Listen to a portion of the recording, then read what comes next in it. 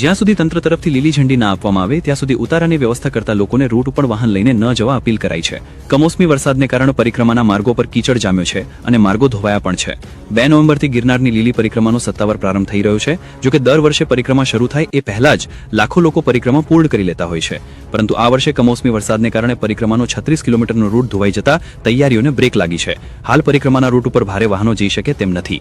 जब तक प्रशासन की तरफ से उनको मैसेज ना मिले तब तक के लिए वो परिक्रमा के लिए प्रस्थान ना करें, तथा खास करके जो बुजुर्ग तथा बच्चे अथवा कोई बीमार ऐसे परिक्रमार्थी हो वो इस परिक्रमा में आना टालें, ताकि उनको किसी भी प्रकार की असुविधा का सामना न करना पड़े. છેલ્લા 4 દિવસથી જે પ્રકારે વરસાદની પરિસ્થિતિ નિર્માણ થઈ છે એના લીધે આ પરિક્રમાનો જે આખો રૂટ છે એના પર ગંભીર અસર થઈ છે. ખાસ તો જે રસ્તા છે એ રિપેર કર્યા હતા એમાં તૂટી જવાના અને કાદવ કીચડ થઈ જવાના પ્રશ્નો ઉપસ્થિત થયા છે. એટલે હાલ એ જે રૂટ છે એની પર ચાલવું ખૂબ મુશ્કેલ જણાય છે.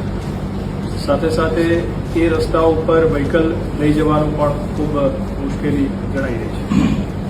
અને આથી વન વિભાગ દ્વારા પણ જે અનક્ષેત્રો છે એમને પણ ખાસ અપીલ કરી છે કે 30 તારીખ સુધી કોઈપણ અનક્ષેત્રોના જે વ્હીકલ છે એ અંદર જઈ શકે તેમ ન હોય, એટલે એમને ત્યાં અંદર વ્હીકલ ન લઈ જવા માટેની સૂચના પણ એમને અપાઈ છે.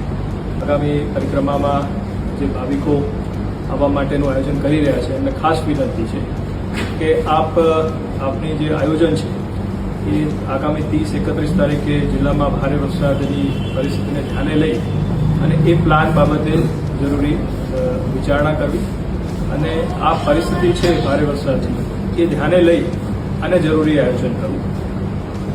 ભાવિકોને ફરીથી અપીલ કરીએ છીએ કે ભારે વરસાદની આ પરિસ્થિતિને લઈ અને પોતાના જે આગમનનો જે પ્લાન છે એના માટે પુનઃ વિચારણા કરે અને જો પરિસ્થિતિ સાનુકૂળ થશે અને ઉઘાડ નીકળશે તો તાત્કાલિક જે રસ્તા રિપેર વગેરેની જે કામગીરી છે વન વિભાગ અને જરૂરી મશીનરી સાથે આપણે એને ફરી શરૂ કરાવીશું.